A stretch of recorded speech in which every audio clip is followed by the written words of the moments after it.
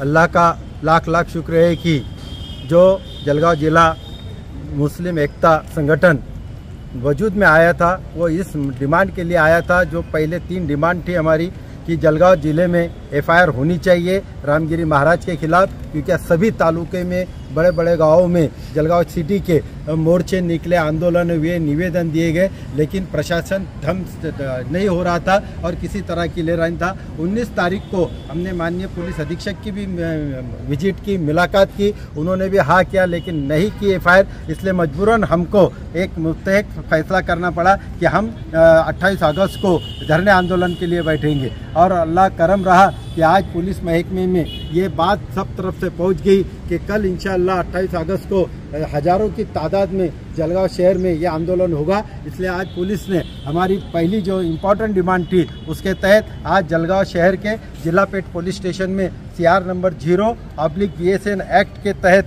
192, 196, 197, 299, 302, 356 के तहत गुनाह रजिस्टर कर लिया है।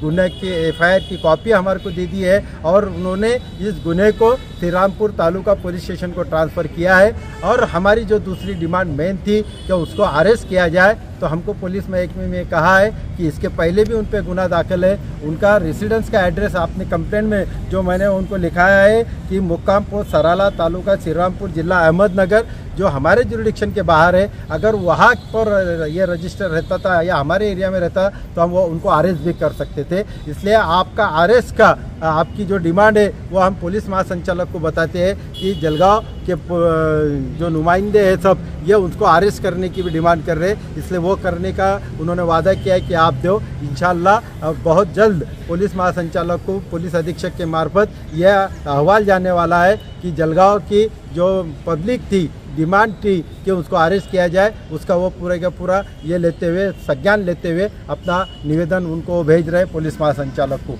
अभी मुफ्ती साहब ने जो बात कही उससे हम सब अभी यहाँ मशवरा हुआ, जिलापेट पुलिस स्टेशन में हम सब है और ये राय हुई कि अपना कल का धरने आंदोलन को ना कैंसिल करते ये पोस्टपोन किया गया है, ताकि आइंदा जितने भी हमारे मकासीब है, जो हमारे 6-7 डिमांड थी कि हमारा वफ़ कायदे में हम किसी का हस्तक्षेप बर्दाश्त नहीं करेंगे, मुस्लिम पर्सनल लॉ में नहीं करेंगे, हमारे साथ जो मॉब लिंचिंग होती है गोरक्षक के नाम से होती है, हमारे पहरावे को देख के होती है, वो बर्दाश्त नहीं किया जाएगा। मॉब लिंचिंग का एक्ट बनाया जाएगा। साथ में हमारी जो ये डिमांड थी कि हुज़ूर पाक सल्लल्लाहु अलैहि वसल्लम के खिलाफ अगर आइंदा ऐसा कोई बोलता है तो 10 साल की सज़ा का कायदा मुनक्किद किया जाए। ये सारी डिमांड उन्होंने अपनी सेंट्रल गवर्नमेंट और स्टेट गवर्नमेंट के होने की वजह से पूरा का पूरा इंशाल्लाह हम बहुत जल्द आप सब लोगों के माध्यम से जिलाधिकारी के थ्रू ये सेंट्रल गवर्नमेंट को और महाराष्ट्र गवर्नमेंट को हम रवाना करेंगे। उस वक्त भी आपको आवाज़ देंगे। जब जब आवाज़ दी जाएगी ये एकता संगठन के माध्यम से हम हमारे कौम और मिल्लत के सारे मसाइल इंशाअल्लाह जो लीगल है वो दूर करने की कोशिश करेंगे।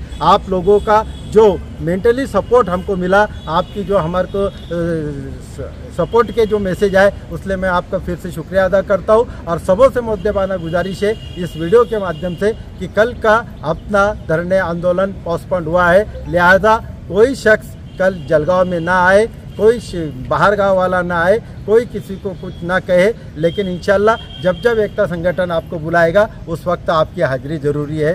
अस्सलाम वालेकुम। फारूक शेख, जलगांव।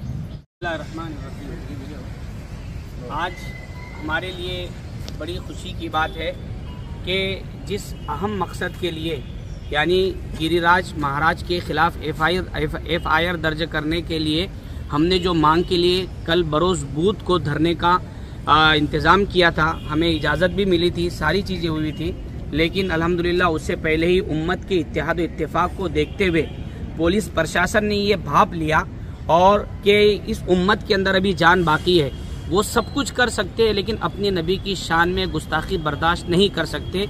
ये उन्होंने अच्छी तरीके से जान लिया, इसलिए उन्होंने पहले ही जो है ये मुसलमानों की तरफ से गिरिराज महाराज के ख़िलाफ़ एफआईआर जलगांव ज़िले की जो है दर्ज कर ली गई है। इसलिए अब हम जो है तमाम नौजवान, तमाम बुज़ुर्गों और पूरे उम्मत मोहम्मदी और ख़ास तौर पर जलगांव ज़िले के तमाम मुसलमानों को पैगाम देना चाहते हैं कि मशवरे से ये तय हुआ कि कल का जो धरना था ये मनसूख नहीं हुआ, पोस्टपोन हुआ है।